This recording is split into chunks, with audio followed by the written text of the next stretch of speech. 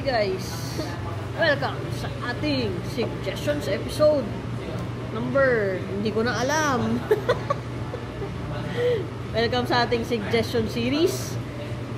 Meron tayo ditong tanong ulit. At ang tanong natin, ang topic for today's video ay, how do you define real people? Mahirap-hirap na tanong yan guys. How do you define real people? Paano mo daw masasabi na ang isang tao ay totoong tao? Bakit? Meron bang tao na animal? Siguro para sa akin, ang isang totoong tao, para kunwari bilang kaibigan or ano man, pag totoo siya sa'yo, pag nakikita niya na may mali kang ginagawa, sasabihin niya yun sa'yo. Hindi siya matatakot na ma-judge mo siya or kumbaga parang hindi siya natatakot na magsabi sa'yo nung nakikita niya na hindi magandang kunwari nagawa mo or merong isang bagay na dapat i-improve mo.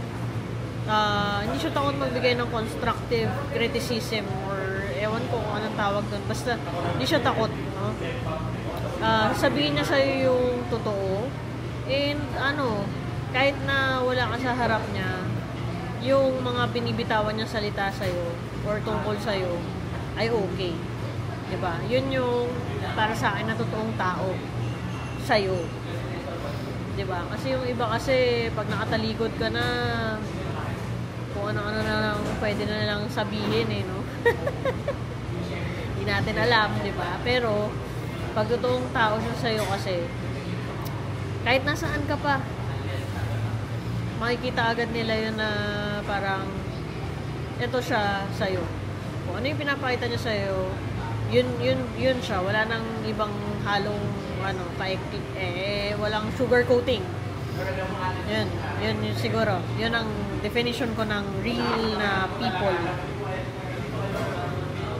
Hanggang sa susunod na suggestion series. Bye!